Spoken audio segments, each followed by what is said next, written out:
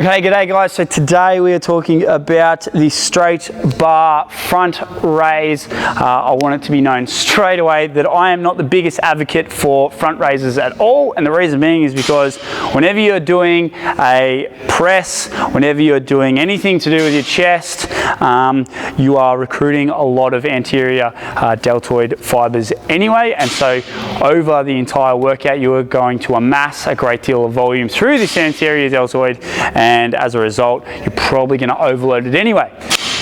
What I would suggest to you is concentrate more so maybe on some retraction, so that if you stand up nice and taller you're going to look a little wider anyway, and it's probably going to bring out your shoulders. That being said though, today we are talking about the barbell front raise. So if you do have it in your program as a bit of fun, and also maybe potentially you do want to work on your anterior deltoid, let's concentrate on a few pitfalls that people might find themselves in when it comes to gaining the most amount of tension, amassing the most amount of volume, and getting the most out of this particular exercise. What we understand is that there are probably 3 or 4 ways in which people are cheating when it comes to this exercise and getting more momentum out of this exercise than they should be. Number 1 is that they're coming up onto their toes, so when they are lifting the weight they're up onto their toes. Number 2 is that they're using their knees, so they're kind of squatting the bar up. And number 3 is they're using their hips in order to do that, so they're coming up, pushing through the hips.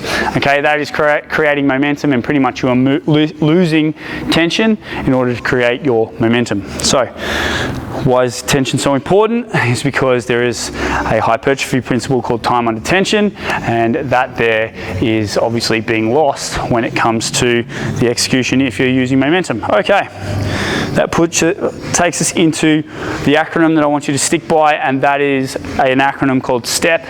In STEP, our first process is to create stability. So let's create stability through these working joints that are going to potentially create momentum, and let's lock them off, and that way then it won't occur at all. So we're going to screw our feet in, and that should get rid of our heel, or getting up onto our toes, because we should be gripping the ground. That's number 1. Number 2 is we're going to lock our knees out. When we screw our feet in and lock our knees out, you're going to feel your glutes come on, so we are also going to put some tension through those glutes. So we're going to have 1, 2, and 3 all locked off, so we cannot create momentum. Okay, stability of the working joint.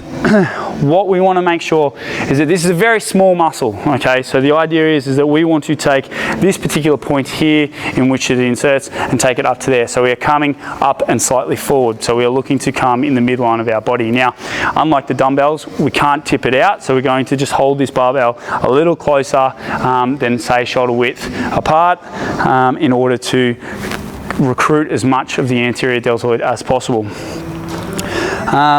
So stability. We want to make sure that when we are doing this exercise, we're pulling our shoulder blades back and down. That is going to create stability through the working joint, which happens to be the scapula at this particular point in time. When we do this, all we are going to do with that from here on is we are coming up, we are pausing at the top, we're coming back down, touch and go. Pause, touch, go. Okay? That is the idea, because we want to create as much tension as possible within that working muscle. So stability for our acronym STEP. Stability is number 1. Number 2 is tension. As we know, tension is a principle of hypertrophy, and then number 3 is execution. So we want the first rep to look exactly like the last rep, and that is the way we do that is making sure that we are locked off, all our feet are in, our knees are locked, our glutes are switched on. That'll get rid of all momentum, so it is nothing but shoulders. Now, if you find yourself that you do switch off through your knees or your feet lose tension, you start getting up, creeping up on those toes, that's fine. Just make sure that you pin it back, take 2 seconds, reload, restock, go again. Okay, so with this particular exercise, again, let's go through it. We're going to screw our feet in, lock our knees out, squeeze our glutes on. Shoulder blades are going to come back and down, and from here, I'm just going to raise this bar up, pause at the top, 1, down, touch, 2, down, touch, 3. Now,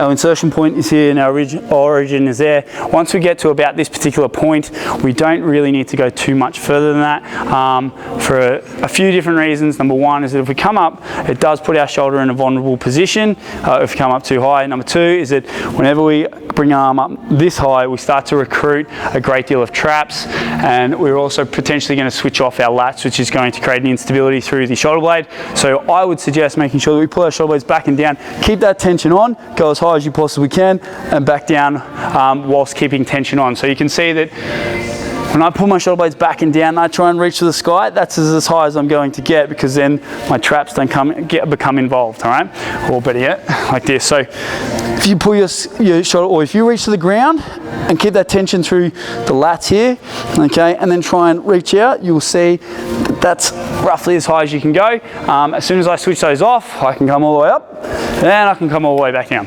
So yes, keep those tension on, come up probably just in line with your nose or your eye line, and that is the perfect height there.